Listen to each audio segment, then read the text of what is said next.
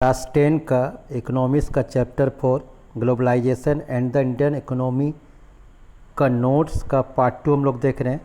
पिछले वीडियो हमने डिस्कस किया था कि मल्टीनेशनल कंपनी कैसे इंटरलिंक होता है।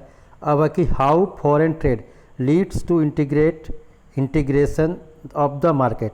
कैसे फॉरेन ट्रेड जो है ये मतलब कि इंटीग्रेट करता है। इंटीग्रेट मतलब कि फॉरेन जो ट्रेड है मार्केट को पकड़ता है, पूरी दुनिया में ग्लोबलाइज करता है, इंटीग्रेट करता है। तो पहले तो फॉरेन ट्रेड जो है एक मौका देता है, अपॉर्चुनिटी देता है प्रोड्यूसर के लिए जो प्रोडक्शन कर रहा है कि वो देश के बाहर डोमेस्टिक मार्केट है उसके बाहर भी वो जा सके, उसकी जो सामान है, उसकी जो गुड्स है, उसके जो सर्विसेज है वो दूसरे देशों में भी या जो उसके देश के बाउंड्री है उससे बाहर पहुंच सके।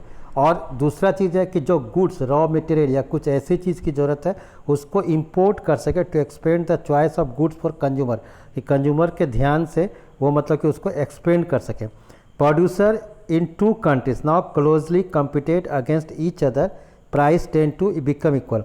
अब जो दो कंट्री का प्रोड्यूसर है एक ही चीज़ का, अगर सपोज कोई नोटबुक बनाता है या कॉपी प्रोडक्शन कर रहा है तो उसका कंट्री ए और बी में दोनों जगह जो कीमत है एक ही होगा, लगभग एक जैसा होगा, और उसका अगर क्वालिटी एक है। तो factor that have enabled globalisation, कि कौन कौन फैक्टर्स है, कौन कौन तरफ है, which are the factors to pushes the globalisation, कि ग्लोबलाइजेशन को आगे बढ़ाता है।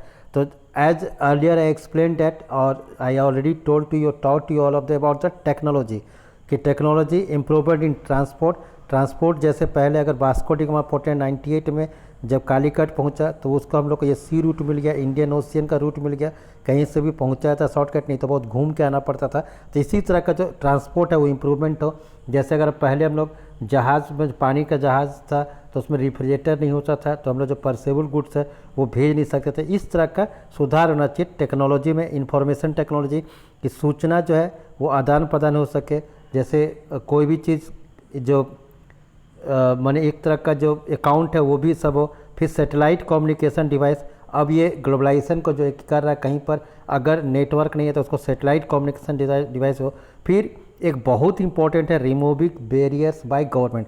जैसे 1991 से पहले इंडिया जो था, जो इंडियन इकोनॉमी था क्लोज था, वो लिबरलाइज नहीं था, लेकिन न्यू इकोनॉमिक पॉलिसी आया, डॉक्टर मनमोहन सिंह उसमें फाइनेंस मिनिस्टर थे और उसमें पीवी नरसिम्हा राव जो थे वो प्राइम मिनिस्टर थे। तो वो लोग ने जो बहुत सारे बैरियर्स थे उसको ख़त्म किया। या अभी जो तत्कालीन जो prime minister PM Narendra Modi है तो भी इस तरह से जो भी माने पार्टनरशिप था 50% का, जो 50% उसको घटाकर अब जो है 70-40 का भी कर दिया है। तो या फिर दूसरा नेक्स्ट फैक्टर है इंटरनेट।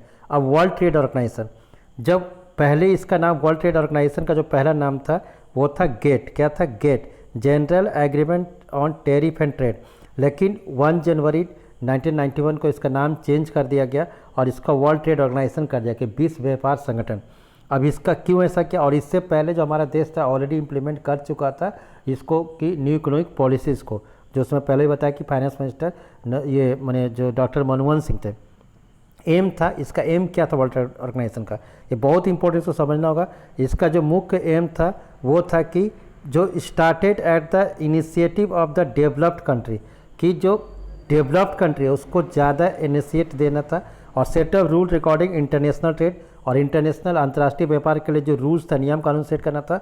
और जो डेवलपिंग कंट्री था उसको फोर्स करना था कि जो ट्रेड बैरियर था, जो बाधा था कि यहाँ पर एक बाउंड्री लगा हुआ था कि कोई दूसरा कंट्री का सामान इंडिया नहीं पहुँच सकता। अगर 1991 के पहले आप देखेंगे तो बल्ब जो था वो फिलिप्स कंपनी का मिलता था, अगर रेडियो था वो भी फिलिप्स का मिलता था, या कार मिलता था, एम्बेसडर कार मिलता था। लेकिन वो सब मोनोपोली जब ख़त्म हो गया, या फिर मोटरसाइकिल मिलता था, राजदूत का मिलता था, एचडी मिलता था। तो इस तरह का जो ट्रेड बैरियर को ख़त्म करने का उसका मकसद था। फिर develop countries have unfairly return trade barrier, लेकिन डेवलप कंट्री भी बहुत सारा ट्रेड लगाया हुआ, ट्रेड बैरियर लगाया हुआ, तो उसको दूर करना।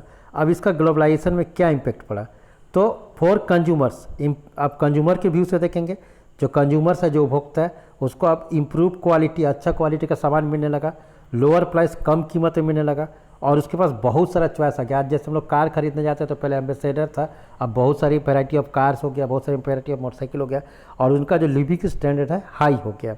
उसका जॉब है क्रिएटेड अलग, जब ये ग्लोबलाइजेशन हुआ तो बहुत सारे जॉब क्रिएटेड हुए। फिर लोकल जो कंपनी था वो रॉ मटेरियल मल्टीनेशनल कंपनी के लिए अब सप्लाई करने लगा। पहले जो लोकल कंपनी था उसके पास कोई भी मार्केट नहीं होता था, तब मार्केट मिलने लगा। टॉप इंडियन कंपनी था वो भी इस कंपटीशन से प्रॉफिट होने लगा। अब जो इंडियन कंपनी है वो भी एमएनसी बन गया, मल्टीनेशनल कंपनी, खासकर Tata Motors, Infosys, Ranbaxy, Asian paint, इस तरह के बहुत सारे कंपनी है जो मल्टीनेशनल कंपनी बन गया जो कि इंडियन कंपनी था। अभी भी ग्लोबलाइजेशन के लिए बहुत सारा स्ट्रगल है। क्या क्या स्ट्रगल है तो इसको हम लोग देखेंगे पार्ट 3 में।